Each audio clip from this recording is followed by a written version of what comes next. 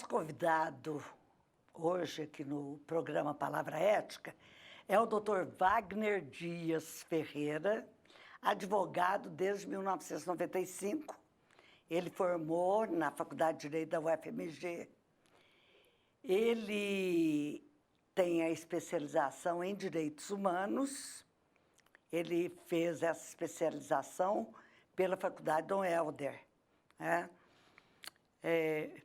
Ele começou a advocacia, aliás, advogando para a prefeitura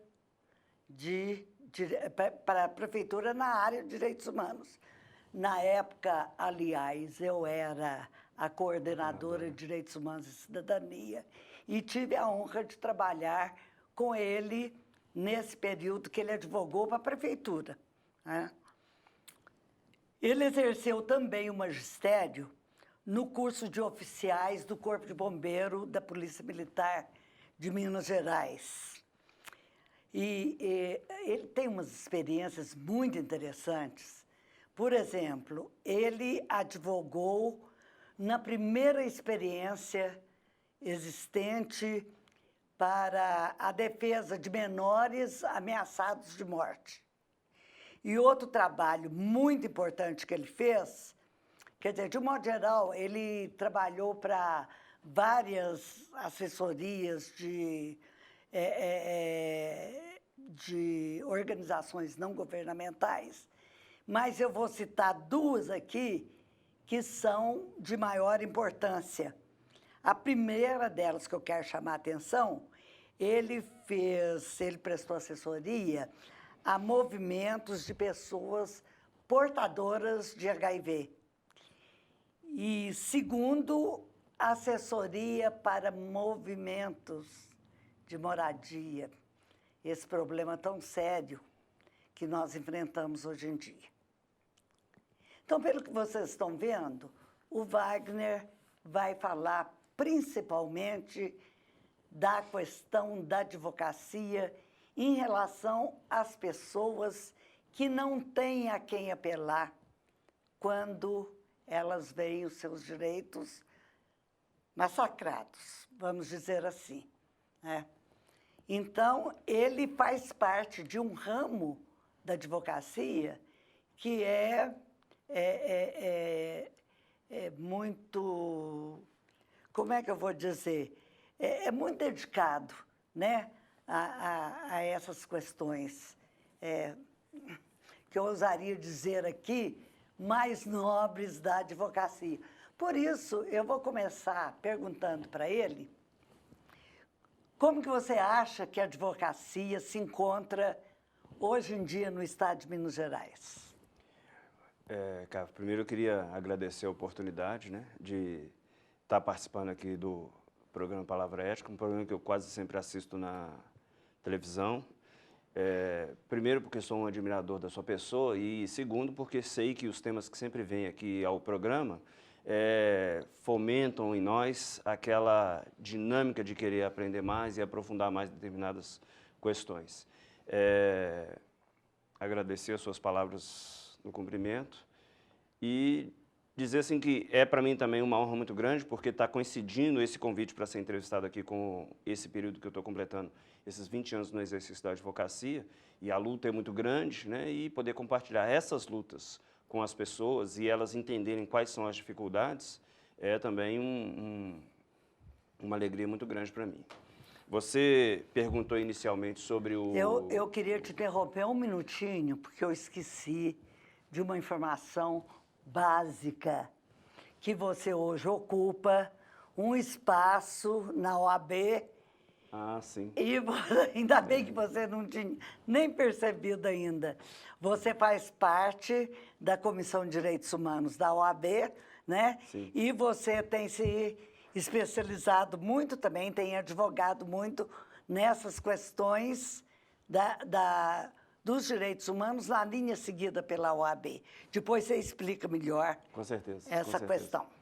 Bom, como eu estou tentando desenvolver o raciocínio, a advocacia em Minas Gerais ela está sofrendo com uma coisa que acho que do país inteiro, que é uma certa saturação no mercado, com muitos profissionais começando a exercer o trabalho, e isso, é claro, gera uma tensão muito grande na questão de remuneração, de cobrança de honorários e até, em alguns momentos, de qualidade do serviço prestado. Eu me lembro que, quando eu estava prestes a me formar, lendo num guia de prática forense do Teotônio Negrão, ele dizendo que era garantido que todo advogado iria ter uma vida digna. E eu venho até tendo essa vida digna, eu considero, e a maioria dos pares com quem eu me relaciono também vem tendo essa vida digna, mas isso cada dia mais vem sendo tensionado, né? Na época que eu me formei em Belo Horizonte, havia 3 ou 4 faculdades formando pessoas para a área do direito, e hoje são 20 na região metropolitana, acho que são até mais. E isso desembarcando pessoas no mercado de trabalho, com qualidades as mais diversas, né? Você tem exemplos da Dom Helder Câmara, que é uma faculdade de super excelência, a UFMG sendo reconhecida internacionalmente, e tem também outras faculdades que, por ouvir nos corredores do fórum, que trabalham com seus alunos apenas com apostilas. Então, assim, essa dinâmica de mercado começa a afetar e a colocar uma atenção muito importante e que precisa realmente de uma atenção da OAB, que tem tido programas para essa área, com relação a garantir mesmo a dignidade do advogado, principalmente na cobrança dos honorários, no exercício da profissão, no respeito do serventuário para com o advogado, que isso também, na medida em que você tem um aumento muito grande de pessoas e de tipos de pessoas atuando no mercado, você passa a ter também um nível de resistência cada vez maior. Uhum. Deixa eu te contar uma coisa. Eu ando muito preocupada com uma questão desde a época do mensalão. E aí eu vou abrir aqui para você falar das duas questões do mensalão e do Lava Jato, da Operação Lava Jato, porque eu vou fazer uma afirmação que você vai concordar ou não, né? Eu acho que na época do mensalão, algumas questões teóricas foram introduzidas que eu tinha um medo muito grande da hora que essas questões fossem, inclusive, adotadas na teoria comum do direito. Quando eu digo teoria comum, aplicada às pessoas, aos cidadãos comuns, principalmente aqueles de baixa renda. Eu lembro que o ministro Barroso, ele teve uma entrevista que foi muito ressaltada, onde ele dizia assim, porque eu acho que tem um ponto fora da curva. E daquela época do mensalão até agora, eu acho que tem vários pontos fora da curva. Um dos pontos é aquela questão da teoria do fato, que já tinha fundamentado tanta coisa em relação ao mensalão, que todo mundo achava, aliás, eu gosto de falar a ação, né? Não sei se eu vou lembrar hoje do número certinho, se eu não estou da enganado, ação penal... 470. 470, 410, 470. Bom, enfim,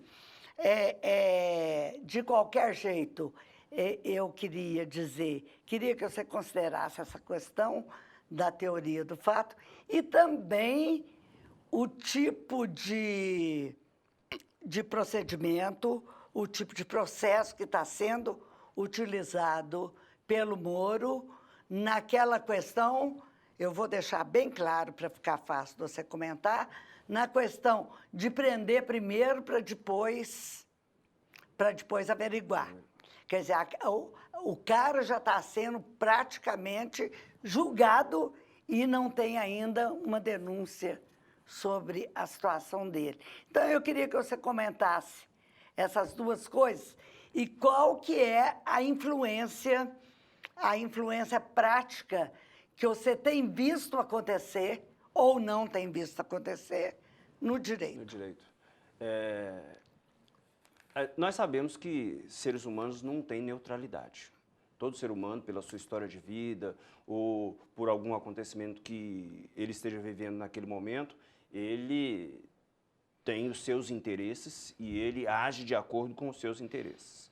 Então, é evidente que o protagonista no processo do Mensalão, que foi o ministro Joaquim Barbosa, ele não atuou com neutralidade, né? Ele atuou com interesses. Naquele caso, ficou evidente que ele substituiu a função do Ministério Público, assim, prontamente. Inclusive, as primeiras discussões sobre como seria o procedimento do julgamento da causa, em que ele teve um embate claro com o ministro Lewandowski, mostra claramente que ali havia interesse, havia uma vontade e que não havia a neutralidade necessária para o julgamento. É o primeiro ponto. O segundo ponto é que a Constituição e, infelizmente, o Supremo Tribunal Federal não defendeu bem a Constituição nessa causa, porque a Constituição diz que a pessoa pode permanecer calado e o silêncio não será interpretado contra ela, e isso claramente para que o Ministério Público faça a prova das acusações que está apresentando. E o que nós vimos, né, pela imprensa e nos poucos fragmentos que eu já li na decisão da ação penal do Mensalão, é que controlou as manifestações dos ministros, né, uma teoria filosófica do domínio do fato. Então, todo o processo foi conduzido no sentido de consolidar na decisão uma teoria filosófica do domínio do fato, e não prova, né? Não se trabalhou concretamente, ou não se divulgou concretamente, prova de dolo, né? Que é a teoria básica do direito, quer dizer, é o dolo da conduta, né? A prova de que o fato aconteceu. É a conduta, depois o dolo da conduta, né? A antijuridicidade do fato, quer dizer, isso aí passou despercebido, né, na hora de conduzir. Talvez porque também fosse um julgamento que foi feito coletivamente, sobre foco de mídia, então aí a preocupação, talvez com a técnica, tenha diminuído um pouco na hora de conduzir esse trabalho. Então eu tenho para mim que o Mensalão é uma ação, um tipo de processo que merece reparos, que eu, por exemplo, gostaria de ver isso analisado numa corte internacional. Os resultados do Mensalão analisados numa corte internacional. Eu acho que o povo brasileiro poderia ser surpreendido com a opinião de uma corte internacional a respeito disso. E a Lava Jato, pior, né? Mais agravada, porque agora é um juiz único, né? Que ainda não se explicou por que isso está sendo conduzido no Paraná, já que a sede da Petrobras é no Rio de Janeiro, né? E é tudo feito lá no Paraná, e ninguém, me parece, pelo menos em termos de mídia, né, não veio essa discussão ainda. As pessoas sendo presas em todos os lugares do Brasil e sendo levadas para o Paraná para poder conduzir isso lá, né? E sem uma discussão mais ampla do porquê que foi escolhido aquele estado, aquela capital, aquele juiz, para conduzir absolutamente tudo sobre a Lava Jato, né? Nós vamos ter que dar uma paradinha agora, vamos fazer um pequeno intervalo, e dentro de 1 minuto nós vamos voltar neste ponto aí que você parou. Okay.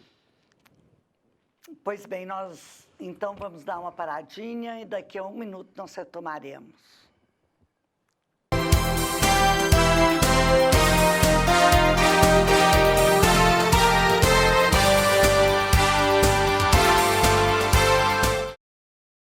Nesta casa, todo mundo tem TV por assinatura. Mas quem decide mesmo o que as crianças podem assistir são os pais.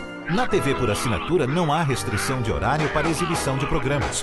Por isso, é possível bloquear conteúdos de acordo com a classificação indicativa através de uma senha. Seus filhos podem aproveitar uma programação de qualidade com toda a segurança. Para tirar dúvidas de como bloquear programas, canais ou horários, procure sua operadora. O alcoolismo quase nunca se revela muito cedo. Se esconde na mentira, na negação, nas promessas jamais cumpridas. Enquanto nada interrompe sua escalada, vai deixando uma esteira de danos por onde passa. Por isso, o alcoolismo precisa ser visto de frente. E quanto mais cedo, melhor.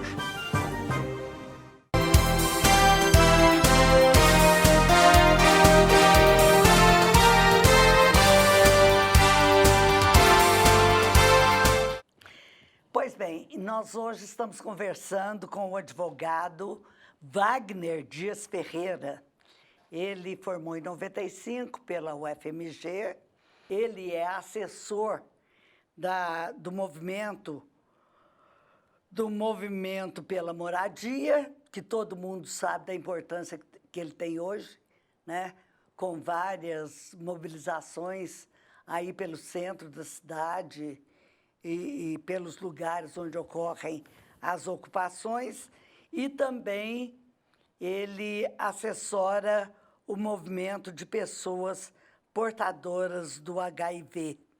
Nós estamos discutindo aqui 2 pontos que tiveram uma importância muito grande no direito atual, e eu gostaria de perguntar, já deixar uma pergunta no ar, porque o Wagner vai falar para nós ainda da questão da teoria do fato, porque eu estava até conversando com ele aqui, o autor dessa teoria, o alemão, veio aqui no Brasil para falar que não era o caso de aplicar a teoria do fato na ação penal 470, que todo mundo conhece como mensalão. E foi uma teoria criada em função de militares da Alemanha, era para ser aplicada numa situação específica e não tinha nada a ver com a história aqui que foi aplicada a teoria do fato. E a outra coisa que eu queria conversar com ele tem uma experiência que essa teoria do fato acabou escapando para questões normais do direito aplicado a cidadãos comuns. Então, eu quero dar a palavra para ele.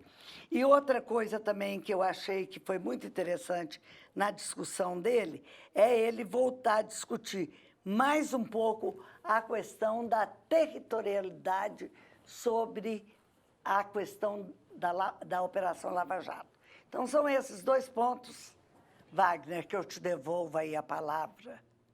Sobre essa questão da Lava Jato, é bem verdade que a Justiça Federal ela tem competência em todas as questões que envolvem os entes públicos federais. Mas todo juiz federal tem também uma territorialidade, senão não teria sentido você ter juiz federal em Minas, no Espírito Santo, no Rio de Janeiro, em Goiás. Quer dizer, eles têm uma territorialidade para a sua atuação. E é estranho, nessa questão da Petrobras, que a Petrobras tem a sua sede principal, ou a sua sede física, no Rio de Janeiro.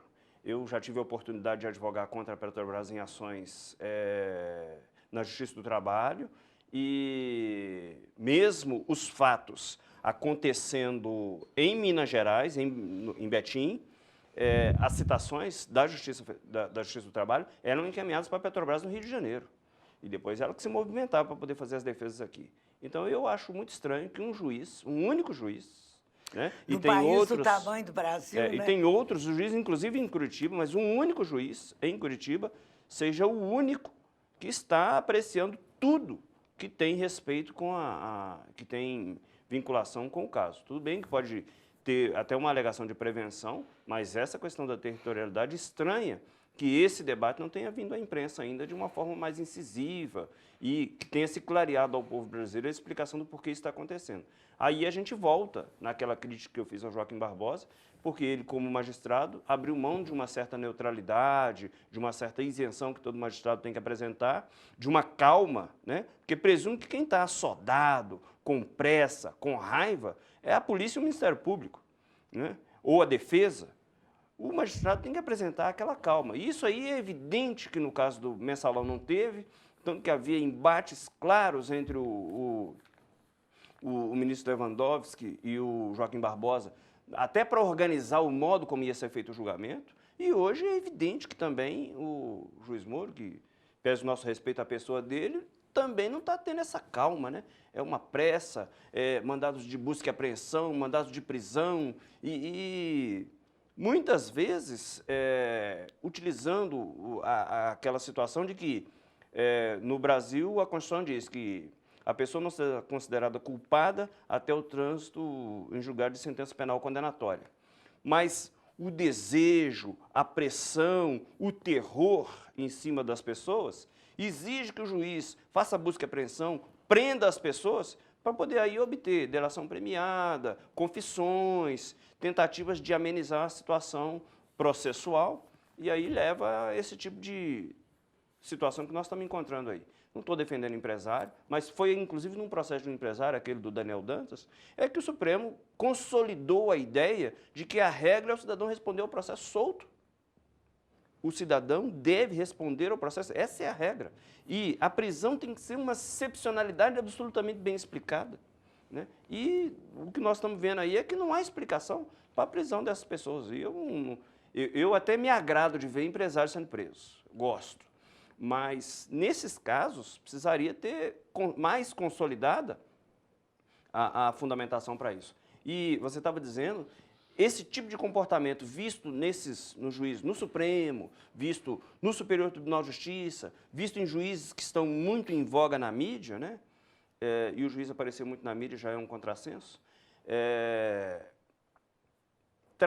está contaminando. Está contaminando. Eu tenho um caso concreto lá no escritório em que um cidadão foi preso com uma acusação de tráfico de drogas. Ele mora numa região próximo a uma ocupação aqui em Belo Horizonte, que está em conflito, porque a prefeitura de Belo Horizonte está lutando muito para tirar esse pessoal de lá, ali na região do bairro Zilá Expósito. E essa pressão da prefeitura, esse desejo de retirar as famílias de lá para entregar o terreno na mão de uma grande empresa que vai fazer lá prédios e condomínios, faz com que a polícia esteja sempre muito bem organizada para patrulhar aquela região.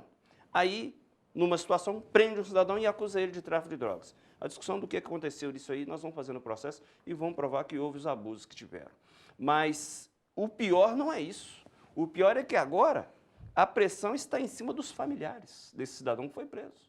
A casa está como que sitiada pela polícia. Que horror! Que é